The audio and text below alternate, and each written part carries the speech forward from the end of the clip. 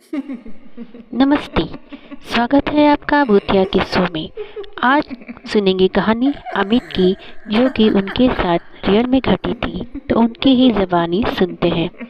मेरा नाम अमित है। ये कहानी है 1994 की, जब मैं सिर्फ एक हफ्ते का था। मेरी माँ और मेरे पापा ने हम दोनों को हॉस्पिटल में से लेके आए, एक नए घर में लेके आए। और वो नया घर मेरे पापा मम्मी को बहुत पसंद आ रहा था। मेरी माँ जो नई नई माँ बनी थी, जो कि मैं एक हफ्ते का ही बच्चा था। मेरी माँ बहुत ही वीक थी, काम नहीं कर सकती थी, तो मेरे पापा ही घर का सारा काम करते थे। ऐसे ही 2-3 दिन बीत गए।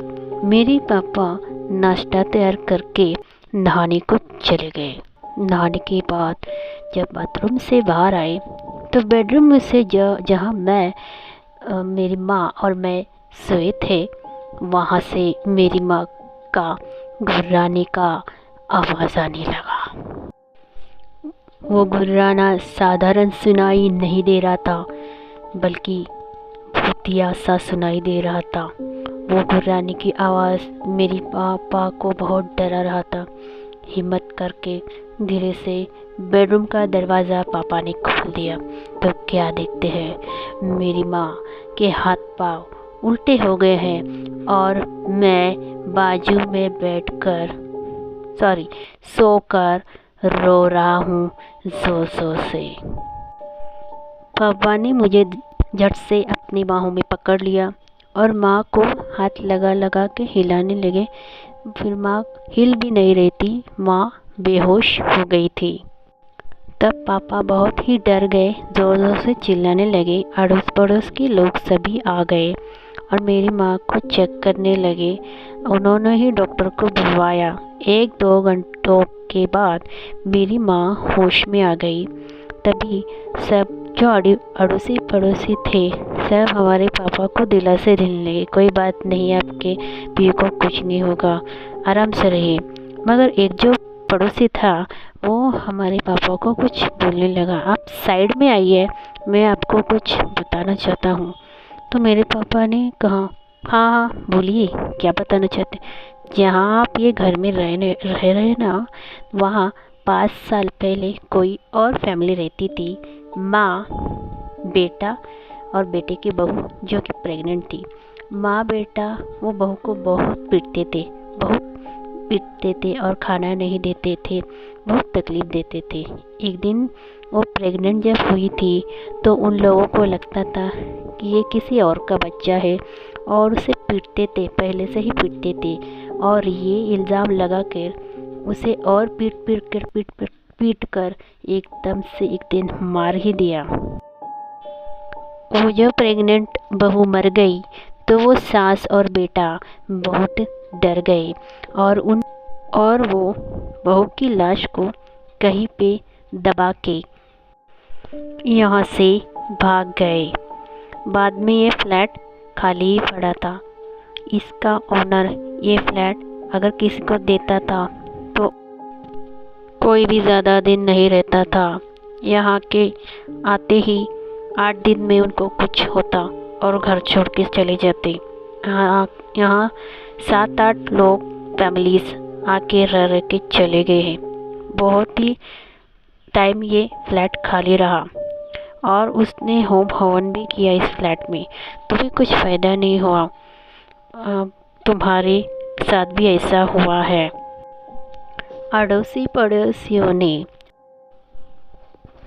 मेरे पापा को एडवाइस दिया कि कोई तांत्रिक बुला के अपनी बीवी का निवारण करे, यानी भूत को निकाले। मेरे पापा ने जाके तांत्रिक को बुलाया। जब वो तांत्रिक घर में आया, तो तांत्रिक को घर में आके ही आत्मा का आभास हो गया। तांत्रिक बेडरूम में गया और उसके बीवी के बेड को 4-5 कील ठोका, तो वो जो औरत थी जंप मारने लगी। उसमें से वो आत्मा बोलने लगी, मैं नहीं छोड़ूंगी इस औरत और इस बच्चे को।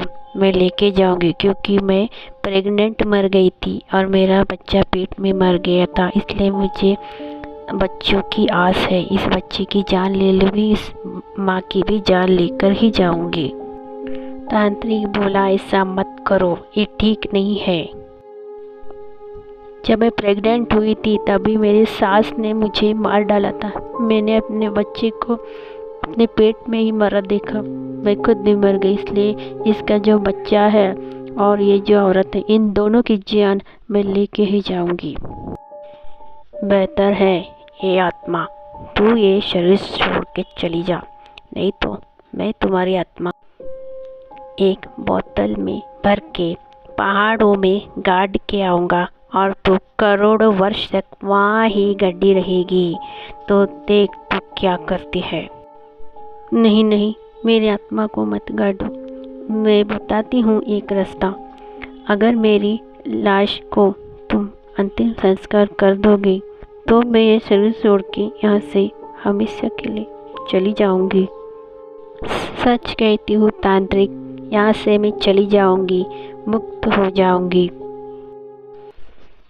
हाँ हाँ, तांत्रिक ने कहा, तुम जो कहोगी वो हम करेंगे, मगर तुम्हारी लाश कहाँ है? उन लोगों ने वो तुम्हारी लाश कहाँ पे गाड़ रखी है?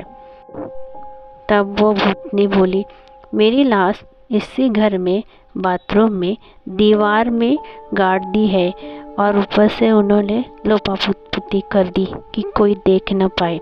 आप खुद के देखिए, मेरी लाश तो अभी नहीं है, मगर हड्डियाँ बाकी है। वो लेकर मेरा अंतिम संस्कार कर दीजिए। तांत्रिक बोला, ठीक है। तो तांत्रिक और वो जो हस्बैंड था सचमुच बाथरूम का दीवार खोदा तो वहाँ उनको हड्डियों का ढांचा मिला। उन लोगों ने उसका अंतिम संस्कार कर दिया, जो भी कार्य थे वो कर दिए। उसके बाद वो आत्मा चली गई और जो बीवी थी नॉर्मल हो गई। और इसके बाद अभी इतने बरस हो गए, मैं भी बड़ा हो गया, मेरी 2 बेटियां हैं और बीवी है। मेरी माँ अभी स्वस्थ आराम है और मेरे पिताजी भी आराम है। अब तभी हमने वो घर छोड़ दिया और अभी दूसरे घर में रह रहे हैं। कहानी यहीं तक थी। कैसी लगी ज़रूर बताइए। फिर से मिलेंगे अगले एपिसोड में ऐसे ही एक डरावनी कहानी लेकर। तब तक के लिए धन्यवाद।